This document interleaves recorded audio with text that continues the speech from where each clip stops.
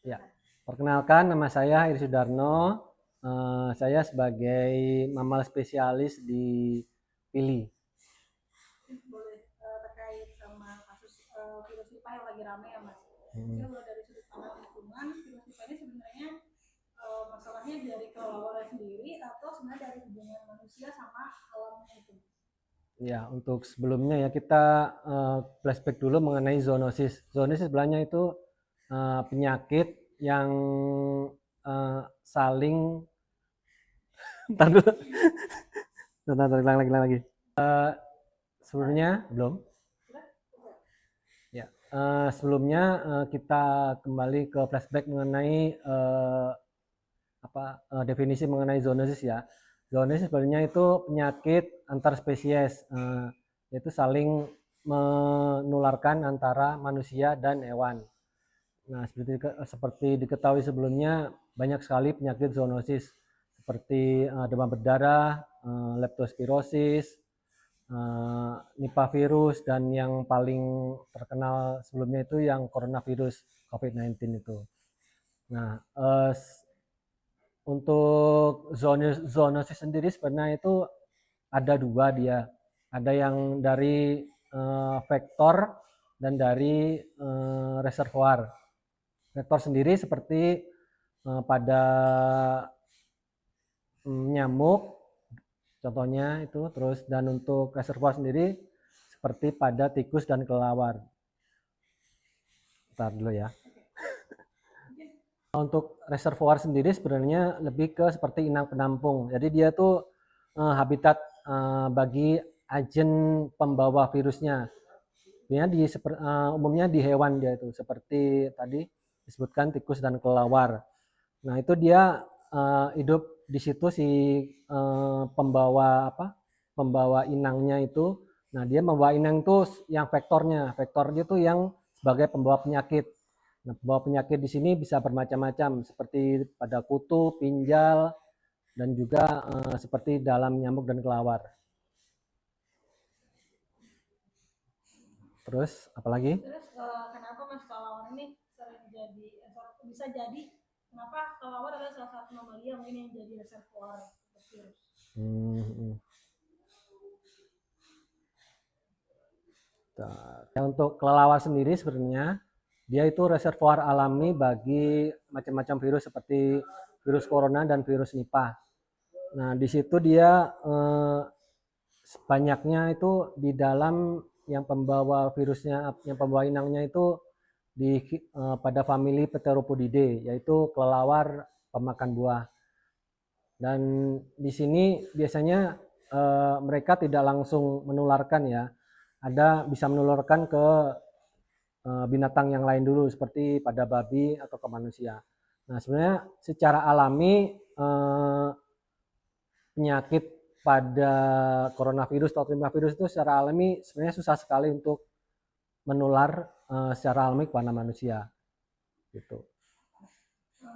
Kalau untuk kelelawar sendiri Mas yang misalkan mengidap virus membawa atau jadi reservoir virus Nipah ini, dia kehidupan sehari-hari atau perilakunya berubah nggak sih Mas? Atau mungkin bagi mereka tidak berbahaya? Oh ya, secara alami sebenarnya selama ratusan ribuan tahun sebenarnya mereka yang membawa penyakit ini, yang kelelawar itu sebagai reservoir, secara alami mereka hidup normal, tidak sakit atau apa.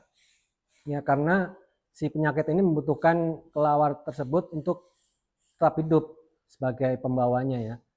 Nah, kenapa sekarang ini banyak bukan banyak, mungkin terjadi virus seperti itu ya mungkin secara apa ya, boleh ke ini kasih kayak ke teori-teori ininya, misalnya bikinan ininya kayak gitu-gitu, boleh nggak?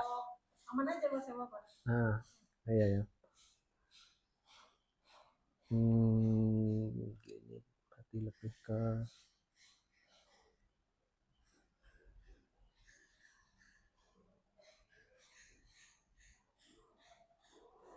ya. Sebenarnya secara alami virus tersebut tidak berbahaya bagi manusia.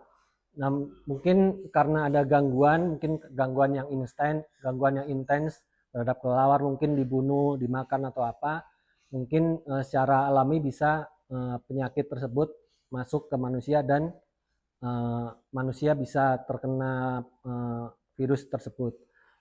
Tapi juga menurut beberapa teori-teori dan yang berkembang sekarang ini, sebenarnya penyakit tersebut tuh dikembangkan untuk senjata biologis. Karena pada zaman dulu sebenarnya kayak sekutu Amerika itu kan sebenarnya kalah kan dalam perang itu, terutama di negara tropis seperti Indonesia, Vietnam, itu mereka sebenarnya kalahnya sebenarnya karena penyakitnya. Dan mereka pada zaman tahun 70-an itu sebenarnya ada lembaga riset Amerika Serikat mengenai penyakit NAMRU 2 itu ke Indonesia untuk meneliti penyakit-penyakit tropika tersebut, dan banyak konspirasi yang berkembang. Penyakit-penyakit tersebut diteliti untuk dikembangkan menjadi senjata biologis.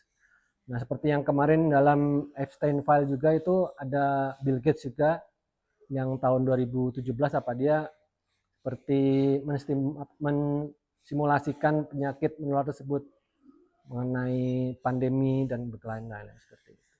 Tadi sempat Mas Heri singgung, berarti perubahan lingkungan, terutama kerusakan hutan dan habitat kelelawar ini berpengaruh ya Mas pada isu penyebaran virus Nipah ini? Apa bisa jadi terjadi? Ya, sebenarnya secara habitat sebenarnya kalau kita biarkan saja mereka hidup di alaminya dan tidak terganggu, sebenarnya secara alami virus-virus tersebut tidak menginfeksi kepada manusia.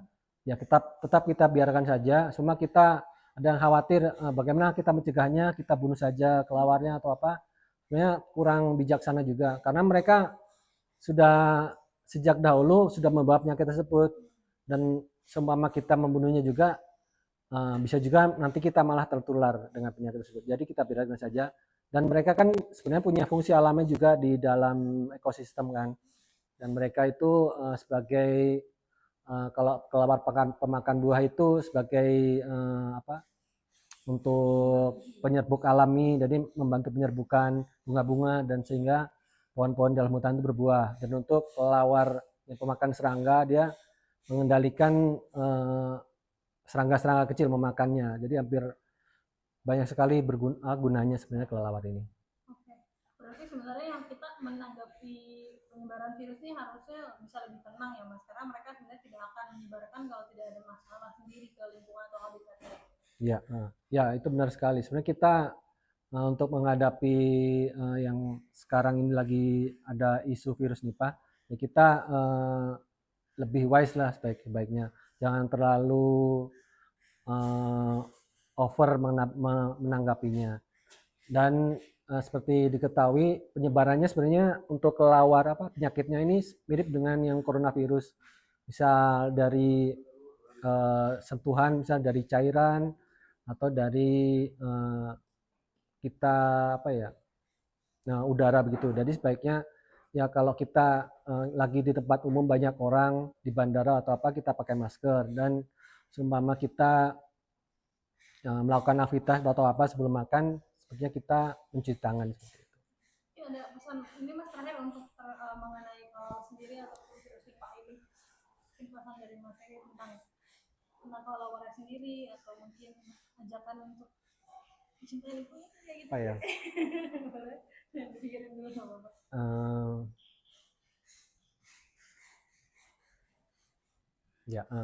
Untuk pesan-pesannya ya supaya tetap jaga kelestarian alam, keseimbangan alam, keseimbangan ekosistem.